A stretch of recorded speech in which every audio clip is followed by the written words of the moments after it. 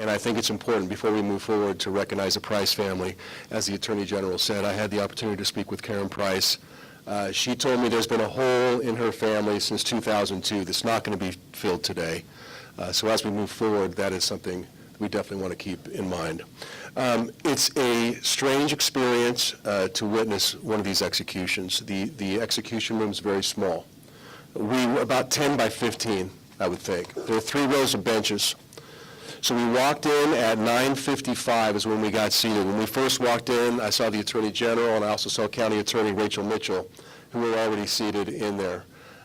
We sat down and looked up. There's a large window, a large rectangular window with curtains. The curtains were closed. Above that window are 3 monitors. The 2 monitors on the side had an overview of the execution table, and the table's long and straight with 2 arms that are kind of like this, that stick out like this. And this is new for me. I'd never seen this. The area all around was blacked out, so you couldn't see the people actually working there. You could just see the table.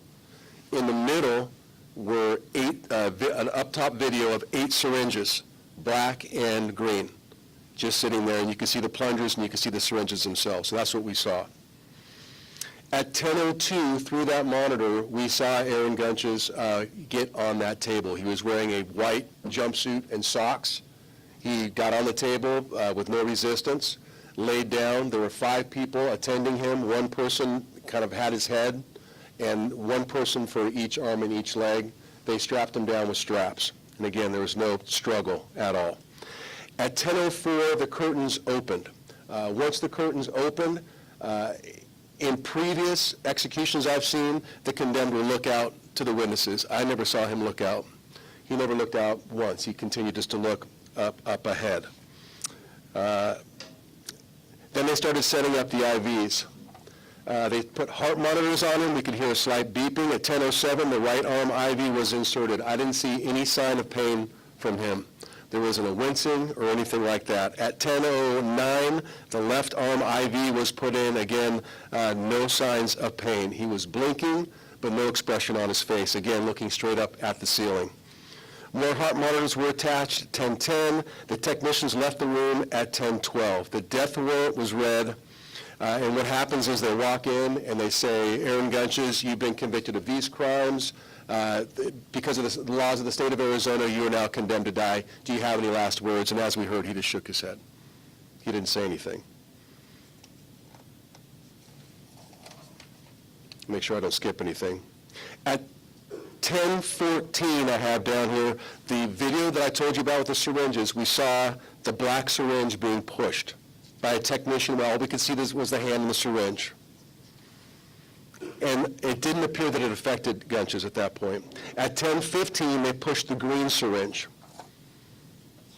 At 10:15, I noticed a slight wincing. Then, shortly after, there were several deep breaths and kind of a puffing, like a pff, pff, pff, almost a snore. His mouth opened, a couple of twitches. At 10:17, the second green syringe was put in. We could see that. And to me, at 10:18, he stopped breathing. He lost his color. He appeared to be dead to me at 10:18.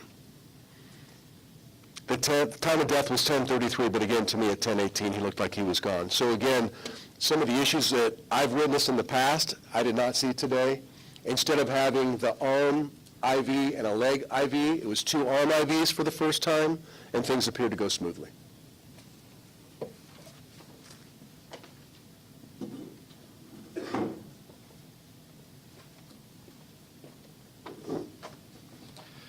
Jimmy Jenkins, reporter at the Arizona Republic. I previously witnessed the 2022 execution of Frank Atwood. Because of that witnessing experience, I was especially paying attention to the insertion of the IV lines in Mr. Gunches. I agree with all of Troy's timing. At 10 a.m., the mics came on. We could hear the security team bringing Mr. Gunches in. He was wearing a white cotton jumpsuit with socks. He was restrained by restraint team. The restraint team seemed to confer with Mr. Gunches and ask him if he was, comfortable, and he would affirm in the positive. and he was tucked in with a blanket, but his arms were left exposed each side of the gurney. At 10:04, the curtain opened. I agree, his eyes, I believe, remained looking straight ahead or looking at the people in the room throughout the entire execution, but never out towards the observation area. There was a 4-person that I counted IV team. They attached lines to monitors, and then I wrote down at 10:06, they started feeling around on his right arm, and there was a successful insertion of the IV at 10:06. At 10:07, someone tried the left arm and walked away, and another person stepped in and did a successful IV insertion, I believe at 10:09. So it took a couple minutes to get the left arm in, and I do believe that a person had to be switched out and someone else came in to do that. When the insertion was going on, I did see maybe a slight wince of pain in Mr. Gunch's face. Then lines were taped down, 10:09, 10:11, IV team leaves the room. 10:14, do you have any last words? Shook his head, no. 10:14, we saw the first tube push. Someone came over the PA and said the execution will commence at 10:14. At 10:15, the green tube was pushed using one hand. 10:15, Gunches was still blinking and looking ahead. At 10:16, we saw him exhale, a very large exhale.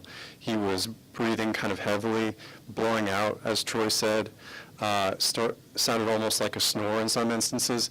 I counted 7 of these large, heavy exhales. At 10:17, there was another large exhale.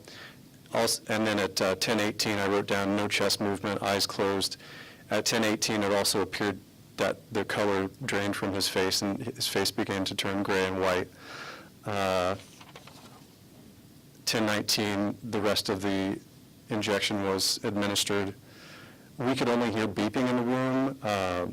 Unclear what kind of monitor that was. Heard absolutely no discussion amongst any of the techs or Mr. Gunches. At 10:22, a medical team member came in and checked for a pulse. And then there was a long period where nothing happened, and there was no movement in the room, no activity. And then 10:33, the time of death was called. Any questions? Yes, sir. What do you mean by curtains? When you walk in the room, it's 3 tiers of like stadium seating. I counted 18 people in the room, and so we're facing a large glass window, which is covered by a black curtain, and above that are 3 monitors showing 2 overhead views of Mr. Gunches and then 1 overhead view of all the syringes. And so you're first able to see what's going on in the room on those monitors, and then at some point they open the curtains, and then so you're actually looking in from the side. So you're looking in from his right side. So you have multiple vantage points. And then, yeah, I think 10:33 was when they called the time of death and closed the curtains. You mentioned the left IV was inserted. Can you clarify, was the right inserted as well? Yes, I think that the right IV was inserted first, looked like no problem. But then when they went to insert the left IV, it looked like someone was going through the motions of trying to make that happen, maybe weren't successful, conferred with someone else, stepped away, another person stepped in, took them about a minute or 2, and they were successfully to get that one in. And this would be compared to in the past when they were unsuccessful in those attempts and maybe had to use the femoral vein. There was some talk about maybe that would be done, but looked like they used 1 series of injections and they were prepared for 2 as well. And it looked like those injections went into the right IV.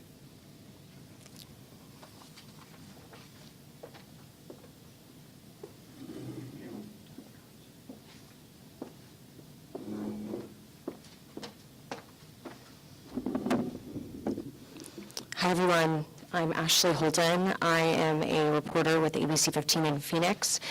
I have covered this case. I've covered executions in 2 different states, including Oklahoma and here, but I have not witnessed an execution until today.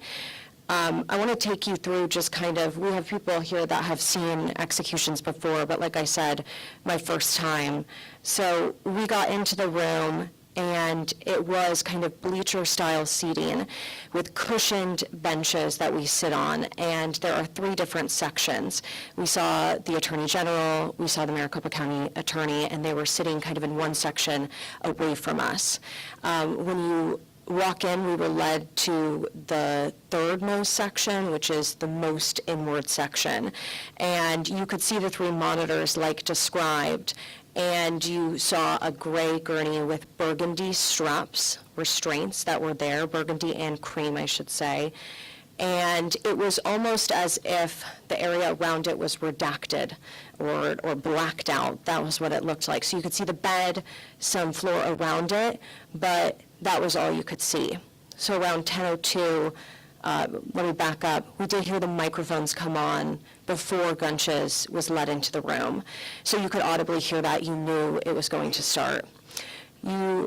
Gunches was led into the room along with 5 what appeared to be DOC staff members and started being placed on the bed at 10:02.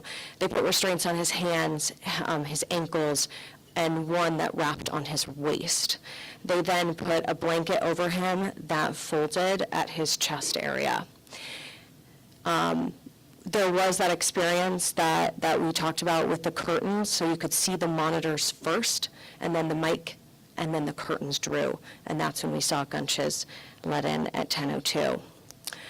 From there, you saw 4 IV team members who came in, and they were all in white. So they had a white hood on, something white that covered most of their face so you couldn't see them. One was holding a clipboard, the other 3 were helping place the IVs. And the IVs were being placed in both arms, typically what you would see, just how people imagine it, tying off their arm and putting those IVs, taping them on. It didn't seem like there was any kind of conversation with Gunches at any point other than the DOC team checking his restraints. He looked straight ahead, and that was what we observed for, I would say, all of the time we saw him. As the IVs were placed, we heard everyone exited the room. We heard that, from what I could see, I think there were people that came in that were in the corner that I could not see from my vantage point or on the screens. The execution warrant was read at 10:13, and they started pushing. You can see them working on that screen with the different syringes, 2 black, 1 at each ends, and 2 green in the middle. So you can see them start pushing at around 10:14. Shortly after that, we saw, I'm going out of order. The execution warrant was read, and they asked him, as you've heard, if he had any last words, and he shook his head.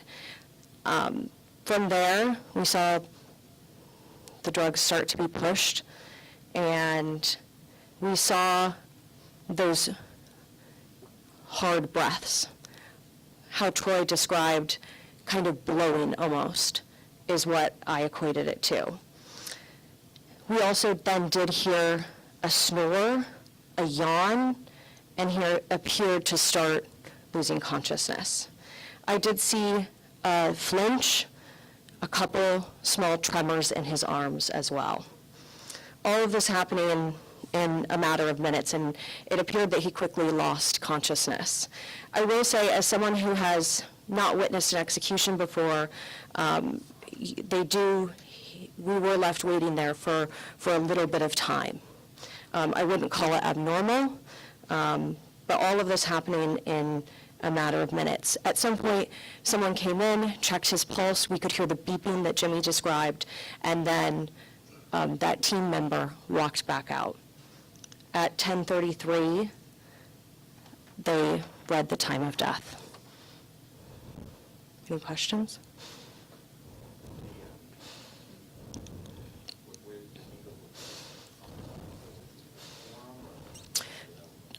right in this elbow crease area where typically you would see the IV. I did see staff members on his left side coming and going, kind of like what Jimmy described. The right one seemed seamless. But like I said, there was no communication, it seemed, between the IV team and Gunches. And can I address that quickly? I feel like, and I don't want to contradict what you said, but I didn't think that they were making attempts on that left arm. It seemed like the other one, the guy that was there, was kind of setting it up, and the other guy came in and put it right in. It was, so I don't think we saw something different. And I'll clarify what I saw. Someone walked up, started placing the IV. Again, there were three people working on the IV, and it's not just an insertion. They insert, they have a cover they tape down, and then they have lines that they tape down as well. So they did that on both arms. There appeared to be two people that worked on what would be his left arm.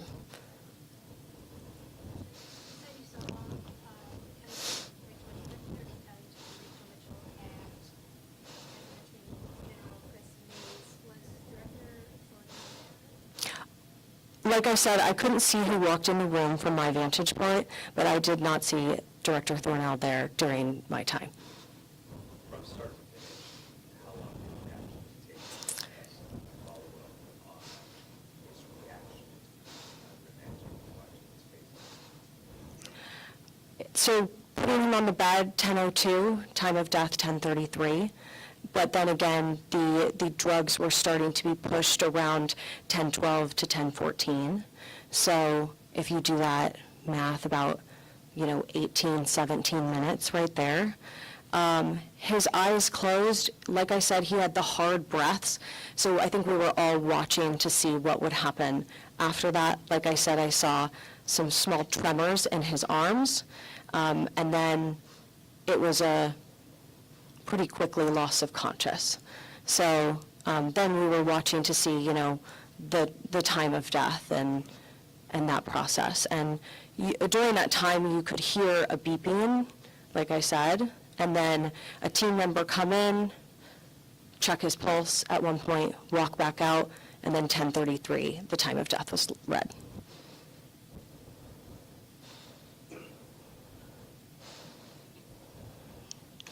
I will say then we were all kind of taken out in groups. So we were with a media group. There were representatives for Gunches that were there as well. Then we had a middle group, who I'm not aware who those people were, and then we had the farmers group, which was representatives from the Price family, the Maricopa County Attorney, and also the State Attorney General.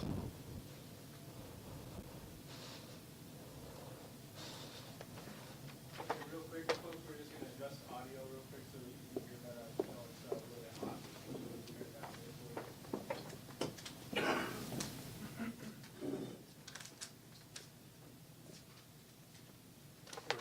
down there for you. I'm Michael Kiefer with Arizona Mirror. This is the 6th execution I've witnessed. I covered another 9 out where you are there. And so I have been, over the last 20 years, chronicling the different problems. And despite the concern about the setting of lines, despite the concern about the provenance and the effectiveness and the age of the drugs, I have to say that this is probably the smoothest execution that I've seen. And I think some of that came from the resoluteness of the person who was being executed. It was strange. This was a very brutal, ugly murder, senseless murder, and at the same time, curiously, it was not a high-profile case. We didn't really hear much about it until the Supreme Court threw out his first conviction, and they sent him back to trial. So, but what's been curious is that the man has been resolute about wanting to die since then, and he had judges even ask during trials if he was committing suicide by jury. And you could sort of see that as he came in. He was resolute. As the other said, he didn't look at anyone. He stared at the ceiling. It was hard to tell whether his eyes were open or closed. And again, when they asked if he had any last words, he just shook his head and closed his eyes, and that was it. There were those brief breathing sounds, the gruffness, the sort of snore. That's because pentobarbital kills by inducing pulmonary edema, which basically your lungs sort of fall apart and you drown on your own body fluids. And so that's what's going on. At the same time, the person is unresponsive, not necessarily insensate. But anyway, it's very quick. It took 17 minutes. In my experience, it's been, except for the 2-hour one that I witnessed in 2014, it usually takes, I would say, 10 to 20 minutes, and this took 17. So it was very uneventful. I have to say, in that way, it's always it's always very surreal. It looks like nothing. And that's a very strange thing, that you find yourself sitting there saying, what just happened here? You've just watched someone die, and it looks like nothing. So, and it feels like eternity. Those 17 minutes, not really that long a time, but it just seems to stretch out forever, especially since there's no motion, there's no nothing. So that's about all I have to say. Yes? That I don't know. I don't know. I don't believe. I think you can get a sedative. It's these are the same drugs that if you have your dog put to sleep or your cat put to sleep, it's the same drugs. I know that when they put animals down, they do give a painkiller beforehand. I don't believe that's in the current protocol. So you're going to have to ask Department of Corrections if he got a sedative. So you said that 17 minutes, that was from when to when? I counted it. It was like 10:14, 10:15, and then the time of death, as they called, was 10:33. I mean, that's the point where there's no longer a heartbeat. But for the most of that time, you see no movement. As the others said, there's some breaths, some grunts, some hand motion, nothing on his face, no emotion, just taciturn. Yes. Your experience, is it typical to have someone come and check a pulse and then wait? Frankly, it was less than I've seen in the past, because in the past I've seen the doctor executioner will come in and then announce on a microphone the prisoner is sedated, or things like that, and that didn't happen until sort of the end. So.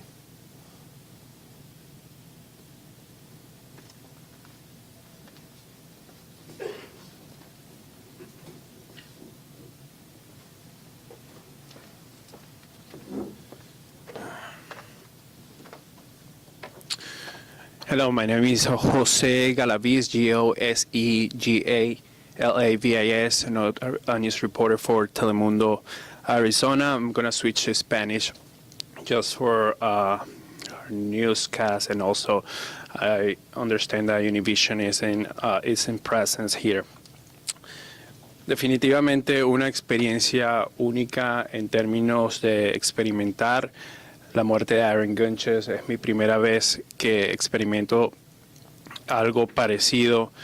Nos sentaron en el banquillo para presenciar esta ejecución aproximadamente a las 9:57 de la mañana. Justamente teníamos un vidrio al frente para ver cómo ejecutaban a Aaron, y tenía al frente, también arriba del vidrio, 3 monitores. 2 monitores en cada esquina. Podías ver de una manera el ángulo de cómo lo acostaban en el lugar, pero también podías ver en el monitor principal al frente, justamente enumeraban las inyecciones que le ponían a Aaron. El proceso comenzó muy temprano, a las 10 en punto. Encendieron los micrófonos, se abrieron también las cortinas de la sala de ejecución. Aaron entró a la sala vestido de blanco, y 4 oficiales del Departamento de Correcciones vestidos de negros lo acostaron en la camilla. A las 10 de la mañana, 10:03 de la mañana, pusieron una sábana blanca encima de Aaron. A las 10:04, 4 personas también vestidos de blanco se preparaban para colocarle la inyección. También le colocaron lectores de pulso en su pecho para medir sus signos vitales. Aproximadamente A las 10 de la mañana y 4, la aguja entra en el brazo derecho de Gunches. La segunda aguja tengo anotado que entra a las 10 y 9 de la mañana en su brazo izquierdo. Los médicos se retiran aproximadamente a las 10 y 12. Y a las 10 y 13 tengo anotado que entran y le leen las acusaciones a Aaron. Le preguntaron que si tenía algunas últimas palabras y respondió que no. A las 10 y 13 comienzan a aplicar las inyecciones. Aaron se mantiene tranquilo. A las 10 y 14 se le empieza a notar una incomodidad en el rostro, respiración agitada, algunos espasmos en los brazos, también en el torso, hace algunas muecas, unos movimientos en su rostro. Se le nota que tiene complicaciones para respirar. Según mi punto de vista y lo que decía mi reloj, a las 10 y 17 Aaron dejó de moverse. A las 10 y 23 alguien entró, revisó el monitor pectoral y rápidamente salió. Y a las 10 y 33, como ya habían anunciado, la hora de muerte y cerraron las cortinas. Interesante mencionar que de las 10 y 14 que Aaron se encontraba recibiendo las inyecciones y también se encontraba con esas complicaciones para respirar, hasta las 10 y 33 siempre dejaron las cortinas abiertas para que las personas pudiesen ver todo el proceso. ¿Alguna pregunta? Se habla de algunos tubos verdes que administraban, también se habla de estas jeringas. ¿Podrías describir la diferencia entre estos tubos y quizás las inyecciones? Y si bien recuerdas cuántas inyecciones quizás utilizaron. Sí, habían 8 inyecciones en total, 4 inyecciones en el lado izquierdo y 4 inyecciones en el lado derecho. Las inyecciones del lado derecho se aplicaron, las inyecciones del lado izquierdo no se suministraron. Tengo entendido, según lo que vi, habían 2, de cada set, habían 2 inyecciones verdes y 2 inyecciones negras en cada brazo. Quizás los reporteros acá me pueden ayudar con su experiencia. Troy, just to confirm with you, there was 2 green injections and 2 blacks. Do you know the difference between them? Well, Michael was the one, somebody said something to saline. Saline, that they would do a saline clear and then the drug and then the saline. But I don't think we've got compliment. I mean, That's my assumption, right? If you read DOC's protocol, how they have the graph with the lethal injection drugs is labeled the same way. No one ever announced what was going on, during this process, but after reading that protocol, I assumed the 2 black were saline, the 2 green in the middle were the lethal drugs, and that's what I assumed. Okay. Una última pregunta, I know it's your first time, es la primera vez que algo así. How do you feel? Mencionaban los reporteros que es un poco surreal y la verdad lo es. Siento que estoy procesando lo que acabamos de ver, lo que acabo de ver. No es no es un momento donde te preparas para ver la muerte de alguien y en la manera en que lo hacen. Creo que dentro de todo estoy bien, dentro de todo entiendo la importancia del hecho y la importancia de lo que sucedió y estoy acá para reportarlo. and looking at my notes, it's after the green syringe was pushed, when we had the deep breathing and the puffing so that would make more sense. There was nothing happened after the black syringe was pushed. Okay. Once the green was pushed is when we had. You only did one black and one white, is that? I think there was 2. Clear after, yeah. So you see black, green, black, and they go push in that order, not all at the same time. But they were all used. Yeah, well, they have two different sets, so I don't want to confuse it. So I had black pushed. Yes. And then green pushed. Black pushed to 10:14, green pushed to 10:15. That's when the wincing started and the deep breaths. 1017, I had second green syringe. Then in 1019, I had second black syringe. So all four were. In one arm, We don't know. you mentioned that the left arm wasn't really kind of. They both had IVs. Yeah. But I don't know what led to what. Yeah, that's a good. The syringes. You can't really tell. Yeah, you can't really tell. Looking at a control panel, you have, and when you're sitting and you're looking in the room, the lines go out in the other room. You can't see that. We see what's happening. You see hands and you see the control board, and that was put in actually after the 2014 execution where they used 15 injections. Something else that he mentioned, just last question, 1013, the charges are red, but prior to that, the IVs were already in one arm. They put the IVs in first. Okay, Yeah. and then the charges were red Then after. the And you watch that on a closer camera. I do believe they have two sets of those injections that they can use. And then they do a primary IV catheter and then another one in addition, just in case. So there's a total of 8 that you can see on the screen, yes, but only 4 that were pushed. Do you want me to go up for my?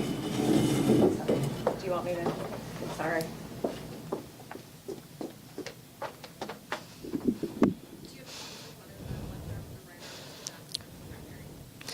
I do not. And we saw them place what would be his right first. What would be his right first? Because we were looking at him this way, we saw what would be his right first placed and his left second. You mentioned 2 people were working on the IV. Jose Angel mentioned 4 officers were dressed up in black. So there was a sort of how many or so. So just to clarify, Gunches was let in, helped on the table by 5 what appeared to be DOC employees. They restrained, checked on him, left the room. Then there were 4 additional people that were part of the IV medical team who came in. They were all dressed in white. Gunches was wearing what? Gunches was wearing a white jumpsuit and white socks. It was like a white cream. Are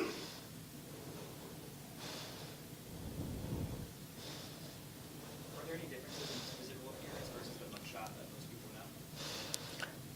know? Not that I noted. Obviously, he has very differing mugshots since his arrest was over 2 decades ago, but there were no noticeable differences from the most recent.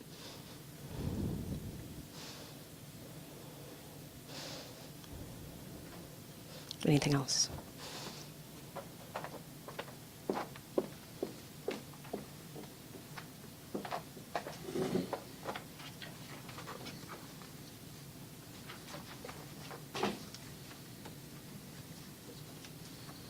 Thank you for that. Thank you, media witnesses. We will now begin hearing from the family and legal representation of the victim, Mr. Ted Price. As they are comfortable, they are invited to come up in order as they are seated to my right. They will introduce themselves, provide their commentary, and take questions from the podium. Welcome.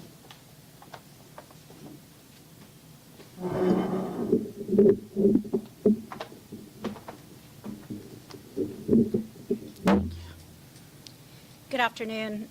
My name is Colleen Clace. I'm with Arizona Voice for Crime Victims here in Phoenix, Arizona. I'm the attorney for Karen Price, who is the sister of Ted Price. The execution of inmate Aaron Brian Gunches has finally, after more than 22 years, brought justice and finality to the criminal case. Inmate Gunches murdered Ted Price in November of 2002. He was indicted nearly a year later in October of 2003. Gunches pled guilty to first-degree murder and kidnapping in late 2007. The penalty phase of Gunches' trial began in early 2008. That was more than 5 years after Ted's murder. The jury returned a death verdict. In 2010, the Arizona Supreme Court upheld Gunches' first-degree murder conviction and his kidnapping conviction and kidnapping sentence. However, the court remanded for a new penalty phase, reasoning that the evidence did not support the cruel, heinous, and depraved aggravator. After Gunches' second penalty phase, another jury again sentenced him to death in August of 2013. The Arizona Supreme Court upheld his sentence in 2016. From that time, Gunches chose to waive his remaining appellate remedies. Litigation related to the warrant of execution ensued in January of 2023, lasting close to 2 years. In February of this year, the Arizona Supreme Court issued a warrant of execution and set today's date in accordance with Arizona law. Arizona's Victims' Bill of Rights provides victims with constitutional rights to justice, to a speedy trial, and to a prompt and final conclusion after the conviction and sentence. Over 22 years is an unconstitutionally long time for a victim family to wait for a sentence to be carried out. Ms. Price and her family were present for Gunches' guilty plea and both of the penalty phases. The Price family never gave up in seeking justice for Ted, and they never gave up in seeking finality for themselves. Ms. Price participated in and asserted her constitutional rights throughout the entire criminal process. Over the last 2 years, she has continuously fought to get to this point today. Ms. Price was present and witnessed inmate Gunches' execution, and she will address you shortly. There was no sign or no expression of remorse from inmate Gunches. Ms. Price is not here today to engage in conversation about past litigation or to debate the legal sentence that Gunches received and was carried out today. She is grateful and relieved that the process has ended. Moving forward, we would ask that you please remember Ted for the person that he was in life rather than for the violent way in which his life was taken. Ted was a son, a brother, an uncle, and a father, and a friend. Ted was kind-hearted and he liked sports. Ted was, still is, and will always be loved by his family and friends. I would ask that if she would like to do so, that you allow Ms. Price to tell you about her brother, and I would ask that you please remain respectful of her rights and sensitive to her experience here today. Thank you.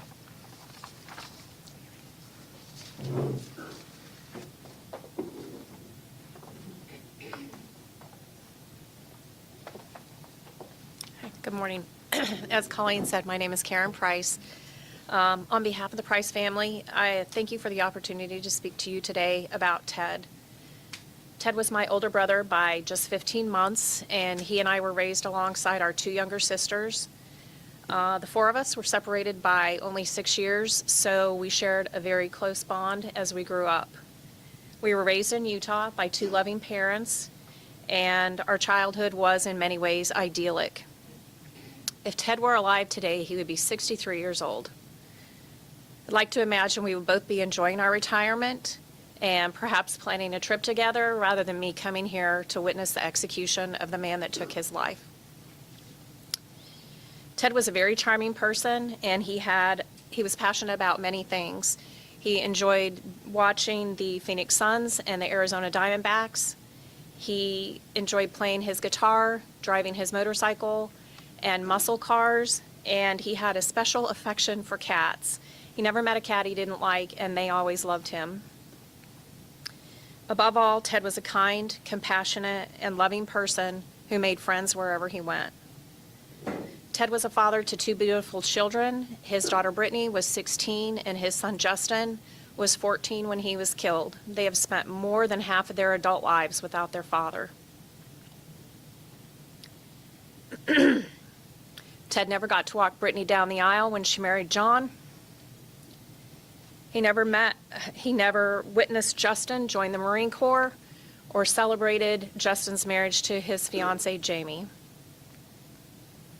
Nothing will ever bring Ted back, so we've had no choice but to move forward without him.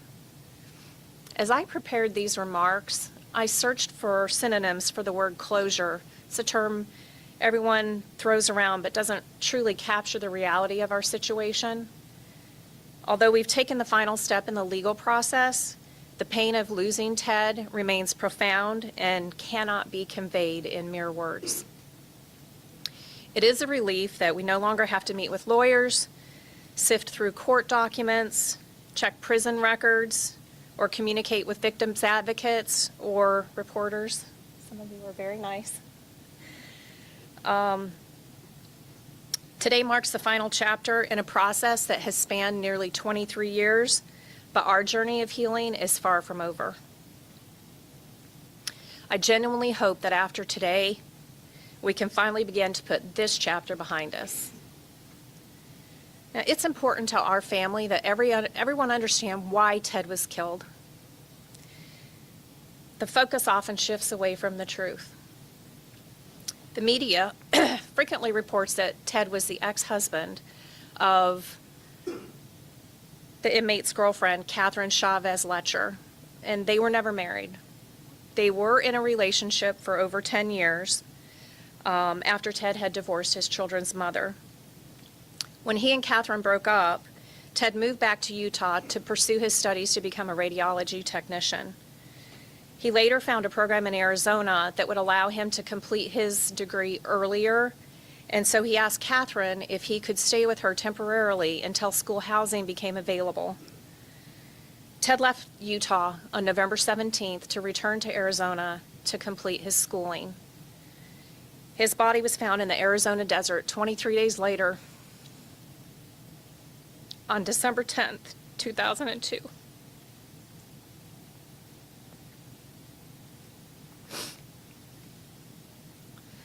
From police records and court documents, we know that Catherine had begun using methamphetamines in the time that she and Ted were apart.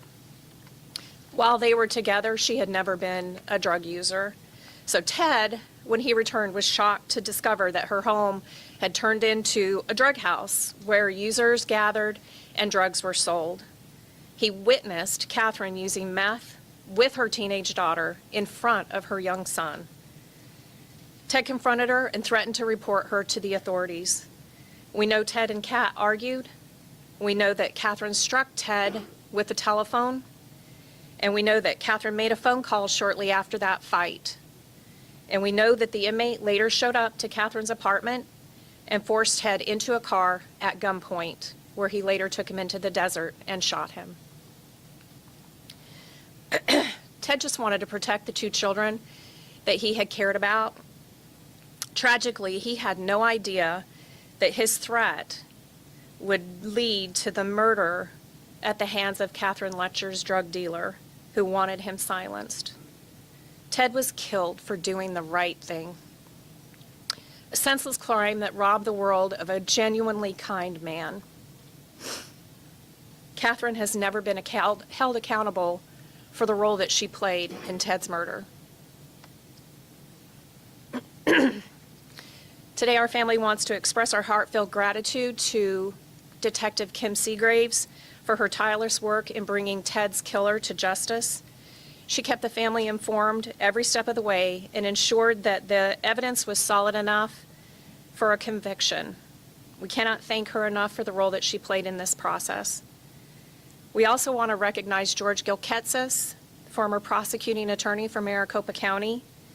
The inmate pleaded guilty for killing Ted, saving us from a lengthy trial. But George's diligence and professionalism during both the sentencing hearings led to 2 juries convicting him of death sentence. When the execution was deferred 2 years ago, Attorney General Chris Mays reached out to my family and promised that we would be prioritized when executions resumed. She kept her word, and for that we are deeply grateful. And lastly, I want to thank Colleen Clace for her invaluable support as my legal counsel during this challenging time. Her knowledge and insight guided my family and me through the final phase of the court system, and I honestly don't know how we would have made it through the last 2 years without her. That picture of Ted is from February 2002, 9 months before he was murdered. I took it when we dropped him off at the Salt Lake City airport following my grandmother's funeral. It's ironic that he was waving goodbye because that was the last time I saw him alive. It's a memory I will carry with me forever. Thank you for your time.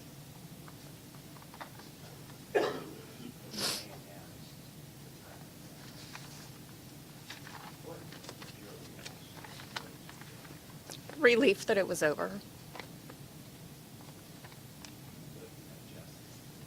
Yes. I do.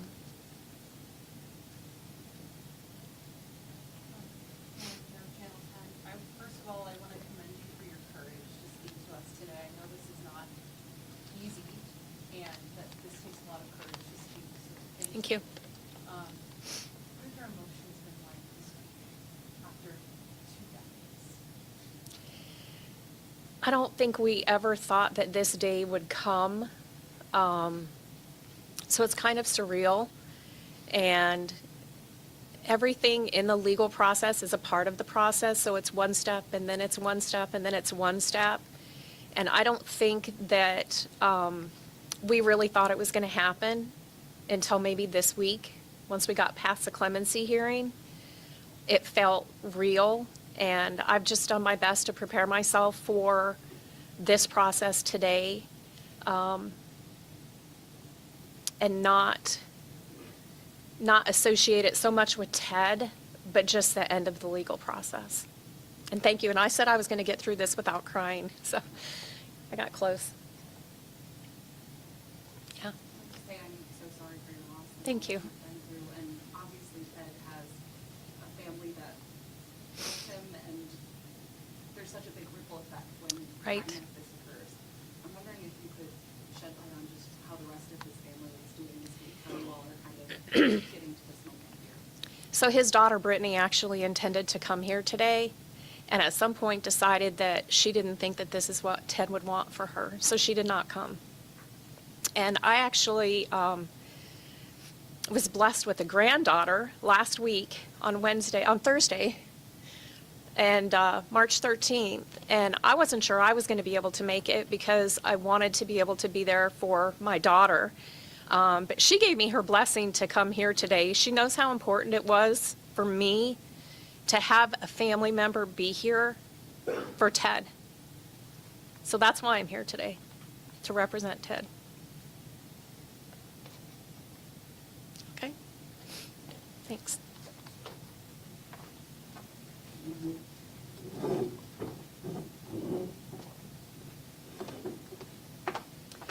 My name is Carrie Howe, and I'm the Administrator of Victim Services here at Department of Corrections. I'll be reading a statement from Brittany Price, the daughter of Ted Price. I've waited for this moment for 23 long years. Today, as I close this chapter of my life, I feel a huge weight has been lifted, allowing me to breathe for the first time in a long time. I can finally begin to move forward with my life. The pain of reliving the circumstances surrounding my father's death for over 2 decades has taken a significant toll on my family and me. Today marks the end of that painful chapter, and I couldn't be more grateful. I want to take this opportunity to thank everyone who has supported us throughout this journey. Their dedication to seeking justice for my father and our right to finality has been invaluable. Without all the unwavering support, we would not have reached this point. I'm forever grateful for everything that everyone has done for us, especially these last few years as they stood by us and fought for the closure we so desperately needed. My dad wasn't with us for long.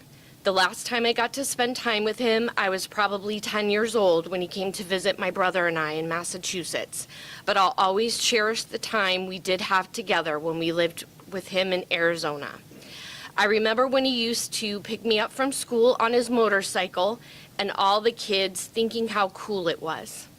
Our talks on the phone after my parents separated, he always updated me on how he was taking care of my cat that I left behind with him, Skittles. He took care of her for me until she passed. I still have every birthday and holiday card he sent me, and the one thing I cherish the most, which is the last letter I received from him exactly 1 year before his life was taken. I love and miss you so much, Daddy. May you finally rest in peace.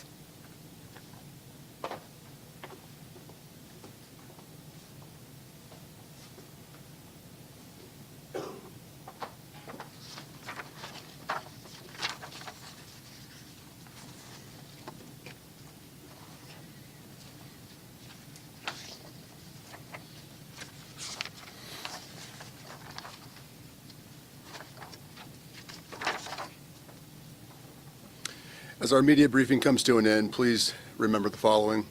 First, there will be no media interviews here on the property. You are, however, welcome to film stand-ups in the media staging area off of 79 and Butte Avenue. The staging area will close in 2 hours. If you have any questions for ADCRR, our media team will be more than happy to respond to you. Please reach out to them at media@azadc.gov.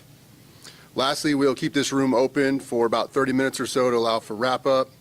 Please wait a few moments before doing anything at all so we can allow for the victim's family to exit the room. This concludes our briefing today. Thank you.